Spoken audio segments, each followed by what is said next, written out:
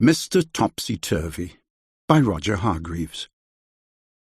Mr. Topsy Turvy was a funny sort of a fellow. Everything about him was either upside down, or inside out, or back to front. Topsy-turvy, in fact. It was all very extraordinary. To give you some idea of how topsy-turvy Mr. Topsy-Turvy was, you ought to see his house. The front door is upside down to start with, and the curtains hang upside down at the windows. And just look at that chimney. All very extraordinary. Inside it's the same.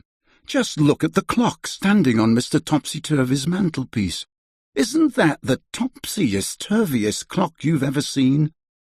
And just look at the way Mr. Topsy-Turvy reads a book.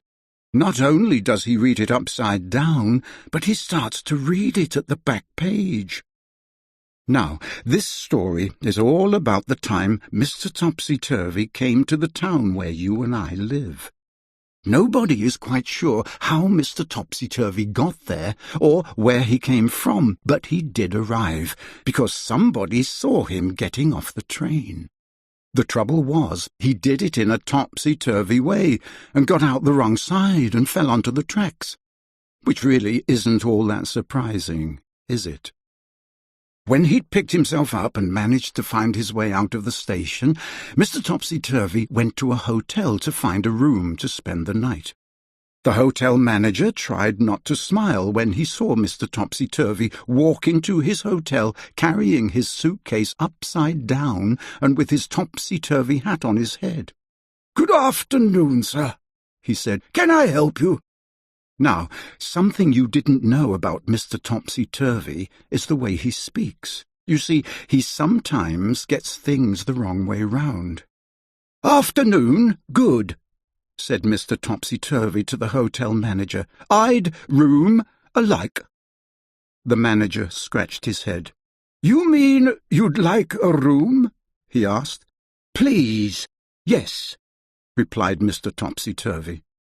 Eventually, the hotel manager managed to work out what Mr. Topsy-Turvy was talking about, and he was taken up in the elevator to a bedroom.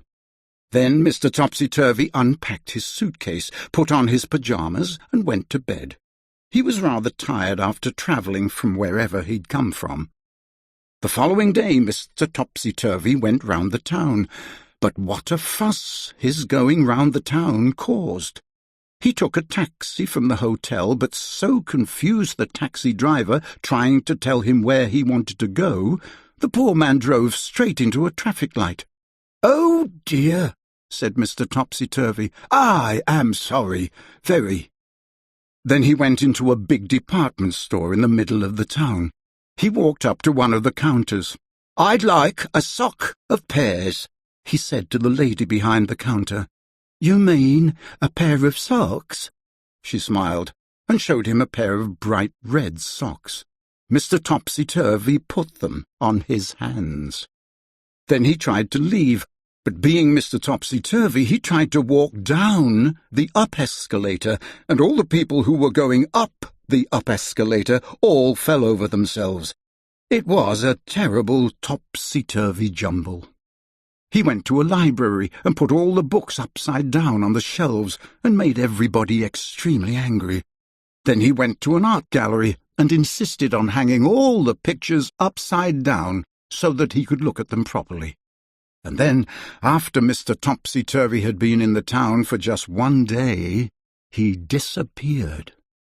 Nobody knew how he went or where he went, but he certainly went, because he wasn't there anymore. The whole town breathed a sigh of relief. But what the town discovered, even though Mr. Topsy-Turvy had left, was that everything was still topsy-turvy.